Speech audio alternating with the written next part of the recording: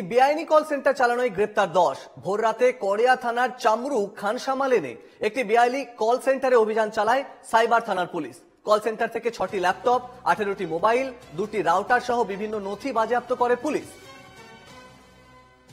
কড়িয়ায় বেআইনি কল সেন্টারে সাইবার পুলিশের হানা, বাজেয়াপ্ত করা হয়েছে বিভিন্ন নথিপত্র, গ্রেপ্তার করা হয়েছে একাধিক জনকে। বেআইনি কল সেন্টার থেকে গ্রেপ্তার 10 জনকে গ্রেপ্তার করা হয়েছে। বাজেয়াপ্ত করা হয়েছে ল্যাপটপ, মোবাইল, রাউটার।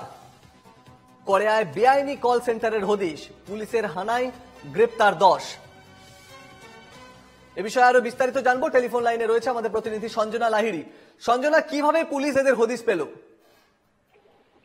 দেখো, পুলিশের কাছে কিন্তু খবর ছিল যে এই এলাকায় অর্থাৎ কড়িয়া থানা এলাকাতে একটি কল সেন্টার দীর্ঘদিন ধরেই বেআইনি কাজকর্ম করে চলেছে এবং সেই মতোই তারা ওই এলাকায় অভিযান চালায়। আজকে ভোর রাতে অভিযান চালিয়ে 10 জনকে গ্রেফতার করা হয়েছে। যেটা দেখা যাচ্ছে যে চামরু খানসামালের একটি বহুতলের চতুর্থ বেআইনি কল সেন্টার চালাতো।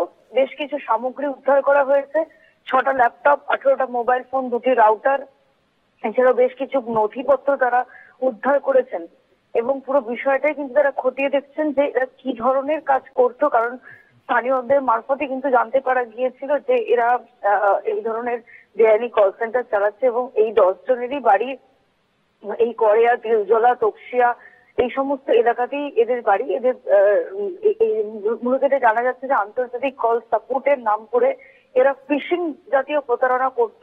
বাইরের দেশের ক্লায়েন্টদের সঙ্গেই মূলত এরা প্রতারণা করতো, যেটা এখনো পর্যন্ত পুলিশ সূত্রে জানা যাচ্ছে।